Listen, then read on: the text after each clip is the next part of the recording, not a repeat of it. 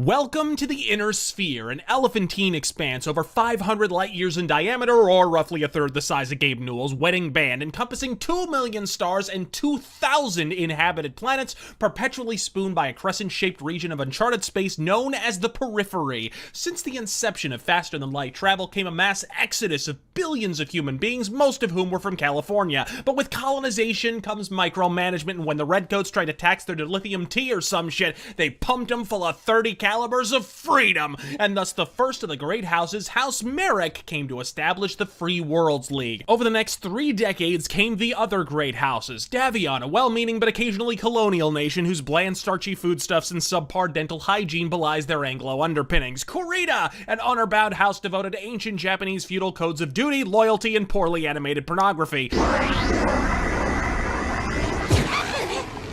Steiner, a sporadic Scandinavian aggressor that vacillates between staunch ally and invading the Orionland. And finally, House Lao, a compelling conglomerate chiefly reflective of Chinese culture, Merrick's neighbor and perpetual underdog of the galaxy. As the smallest of the great houses, they've been repeatedly stricken with a raging case of Venus envy, engaging in disastrous incursions into neighboring Davion and repeatedly biting off more than they can Fu Manchu.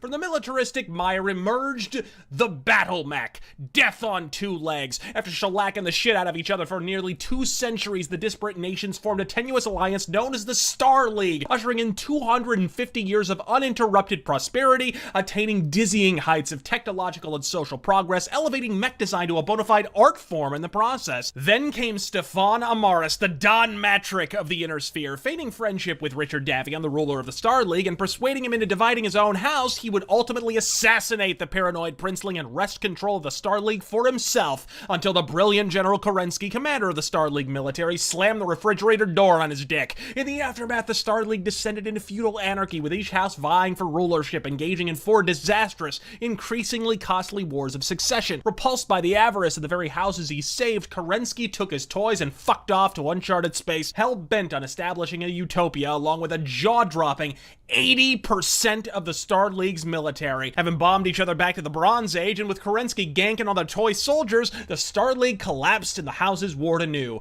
until a new enemy emerged from the periphery and started knocking the Inner Sphere flatter than hammered shit. The clans! Clan Wolf, Clan Ghost Bear, Clan Jade Falcon, and on, nearly 20 in all, suffering from varying degrees of batshit insanity. Adopting a Herbert Spencer survival of the fittest caste-based system of genetically enhanced super soldiers piloting vastly superior weaponry, albeit in smaller numbers. The houses threw themselves against their obviously superior adversaries in skirmish after skirmish, driven back consistently all the while, until it was at last revealed that the clans were, in fact, the descendants of General Kerensky, perverted by isolation and the need to put down hundreds of years worth of mutiny, hell-bent on remaking the Inner Sphere into their unique brand of quasi-Darwinian goatfuck. As the clans steamrolled the fuck over the Inner Sphere, faced with a far more powerful ally turned enemy, the rival houses would find themselves with just 2 choices: unite or go the way of Paul Stanley's voice.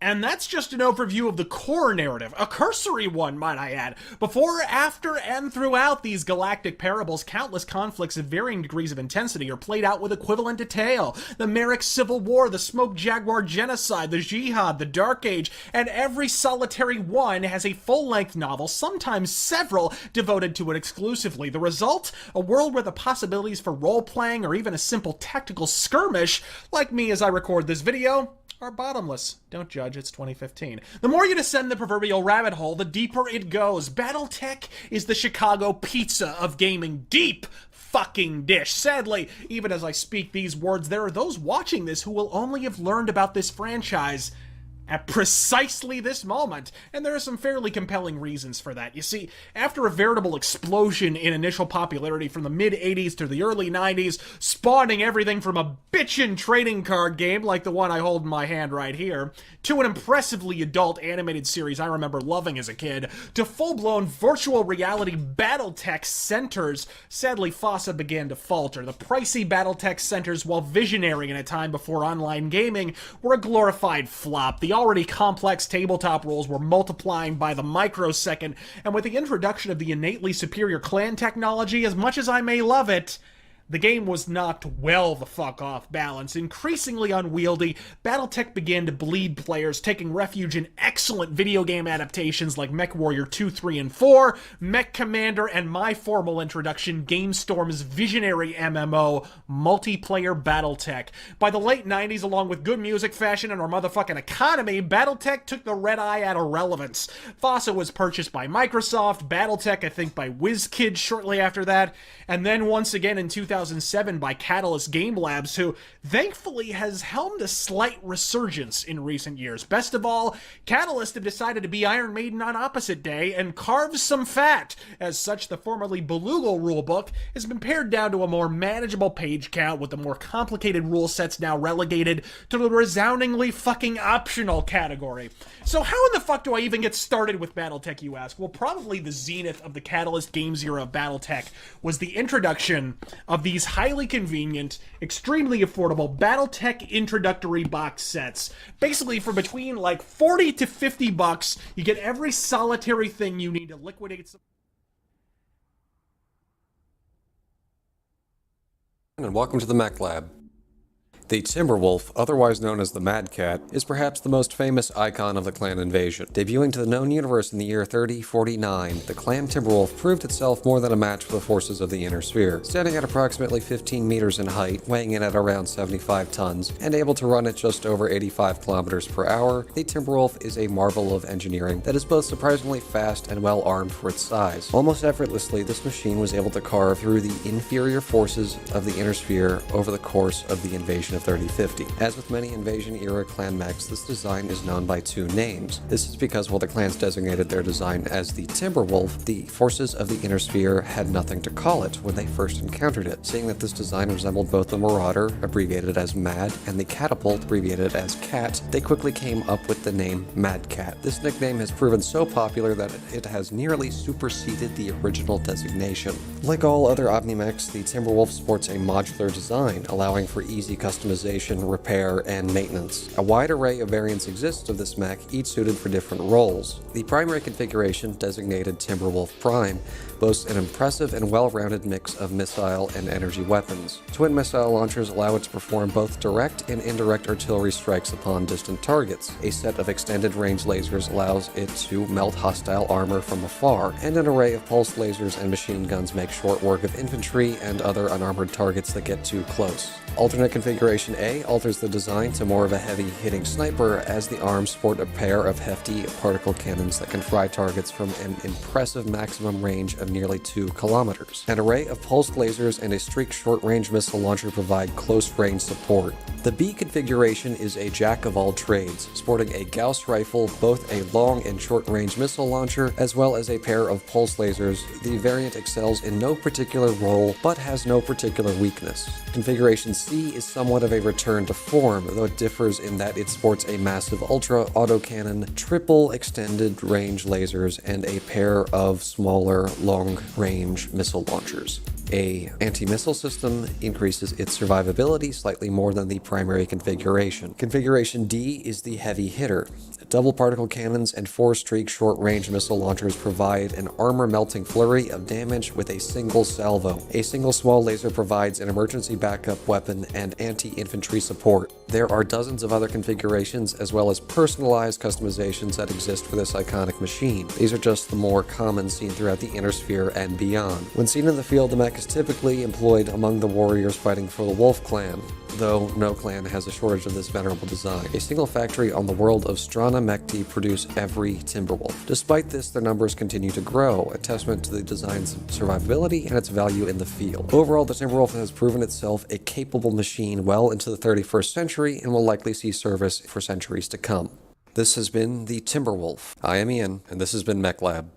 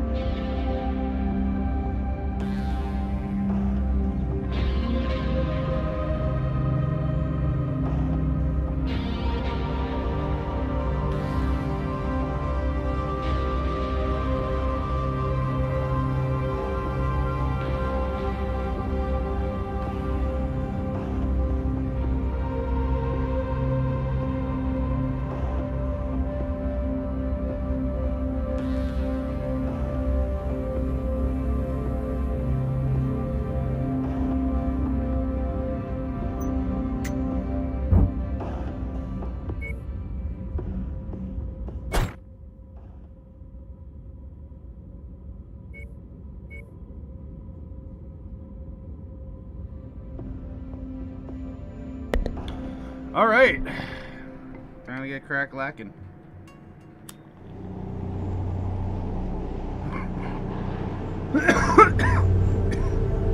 Our contract is to garrison the facility at Nav Alpha against any hostiles that move against us. It's only us out here, so let's move quickly to establish a defensive perimeter.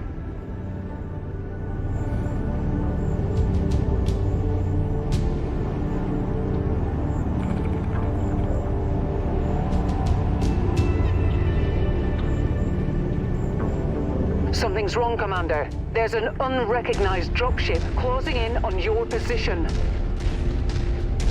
Sensors indicate incoming dropship. Predictable.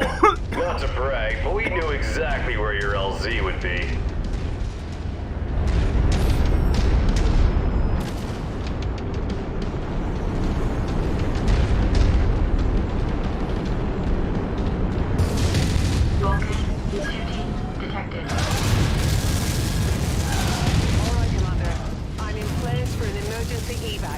Complete the mission if you can. If not, we're ready to burn when you are.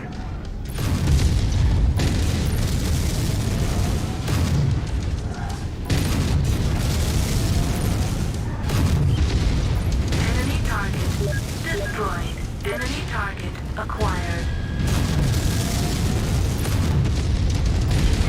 No. This mission wasn't possible. We've been set up to fail. Good job, Commander. Those mercs will think twice before trying that again. Looks like you don't need evac anymore. See you when the mission's complete. We're at target location, and not a moment too soon. Glad you can make it, Commander. We've holed up as best we can, but these assholes keep probing our defenses. They're gonna try and take us down, I'm sure of it. That's why we called. Try your best to spare us from as much destruction as you can. This is still our home. Now fan out and take defensive positions. Prepare for incoming hostiles.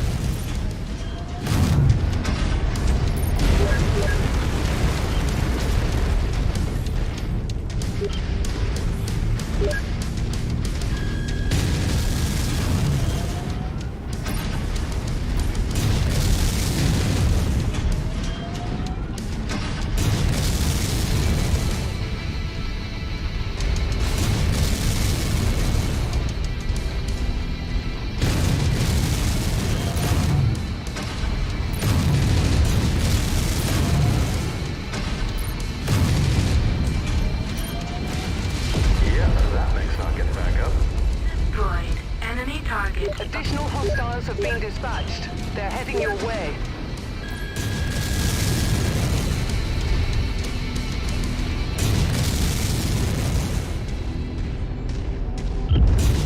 Enemy target destroyed. Enemy target acquired. Enemy target destroyed. Enemy destroyed. Reconnaissance flights show increased enemy presence in the vicinity. Be on the lookout for further hostiles. Acquired. Additional bogies setting an intercept course on your position.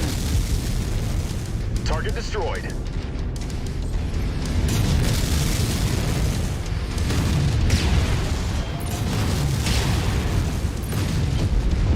Enemy target destroyed. Enemy target acquired. Incoming missile. Enemy target destroyed. Enemy target destroyed. Enemy target acquired. Enemy target destroyed. Enemy target destroyed. Enemy target acquired. I'm starting to think my actuators are freezing over. Damn it. Incoming missile. Yeah, well, they're done. Destroyed. Enemy target acquired. Enemy target destroyed.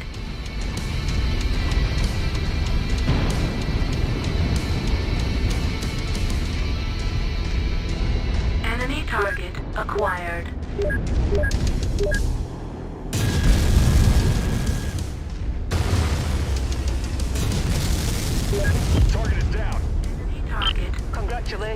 Commander. These people owe their lives to you.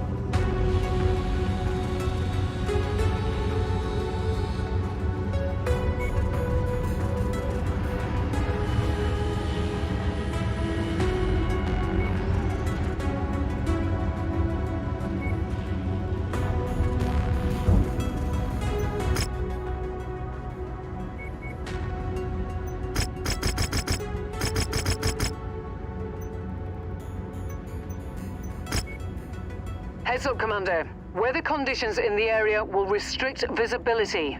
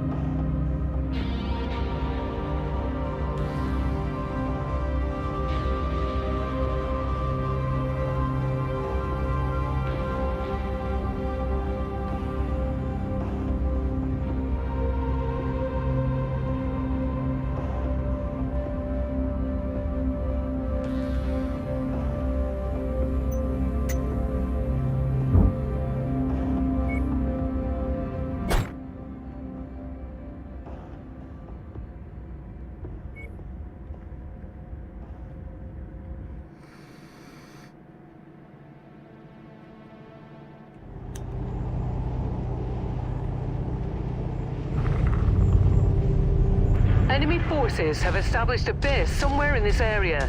We've been contracted to burn it to the ground and leave nothing left to be used by hostile forces. Good hunting. Radar contact, ground targets. Enemy Enemy target acquired. Unidentified mech, you are entering a restricted area. Turn back now or you will be engaged by defensive forces.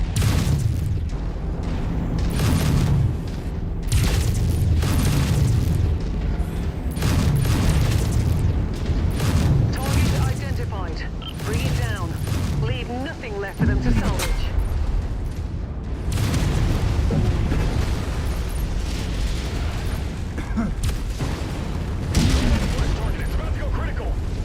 Destroyed. Enemy target acquired. Enemy target. They're operating at reduced efficiency. Keep on smashing.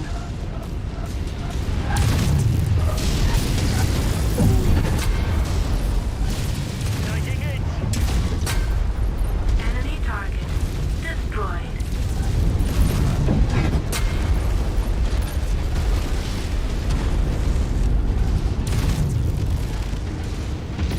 Enemy destroyed.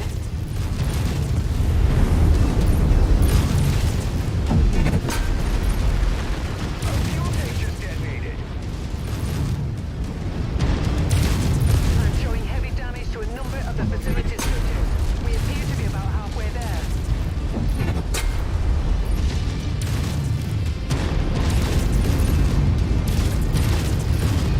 This area is on its last legs, Commander.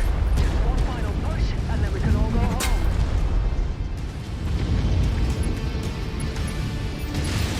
That's it, Commander.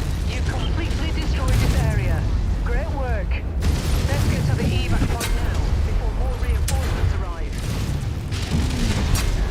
Up it goes. Destroyed. Managed to eject in time. Enemy. Managed to eject in time. Enemy target. Ah, we got him.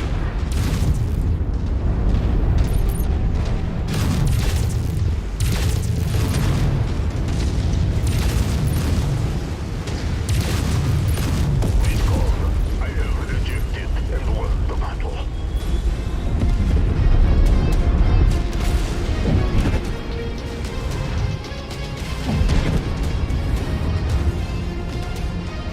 Enemy target acquired. Enemy target destroyed.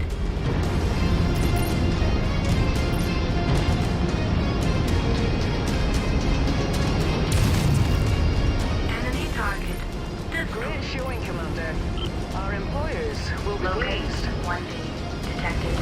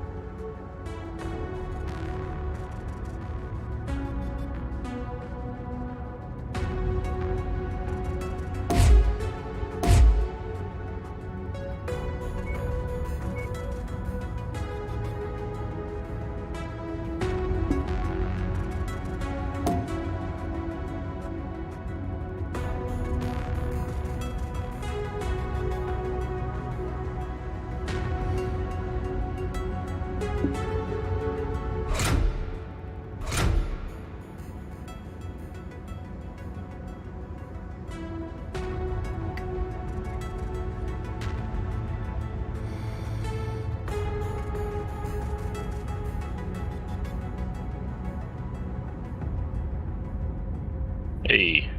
Holy shit, hello. Hello. Scared me. It's okay. I'm putting a heavy longsword on my Black Knight. Mechwarrior context. Heavy longsword. I'm putting a fucking longsword on the Black Knight so I can chippy chop and stab. Oh.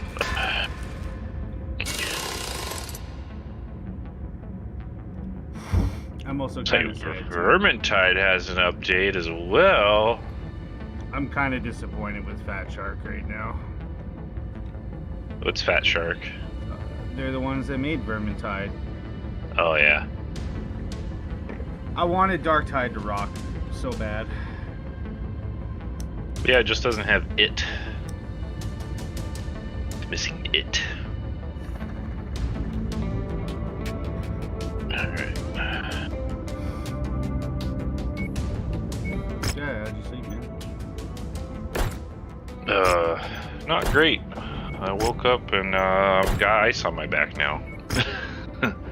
You have what? Ice. Oh. Fuck, bro. Yeah, I'm old. I feel that. You know my top favorite part of getting old is? You're afraid of getting olders? When you go have a pee and it turns into a poop. Oh. I realize that's why a lot of people take a long time at the urinal because they're trying not to poop themselves. It didn't make sense for a while.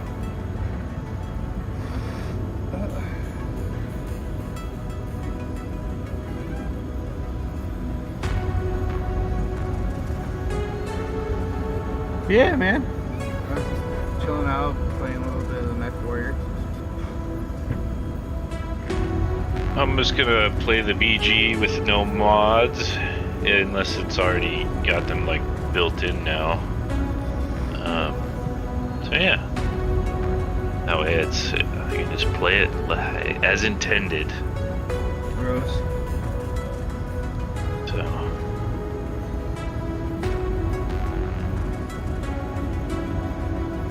Oh, Ariana would have been here already, but I guess she's out doing shit with her mom. That's good. Okay, so I can't play the default version, I guess, because it's got Death Knight and Artificer in it somehow. That's fine. I remember halfway, man. Rah, rah, rah, rah, rah.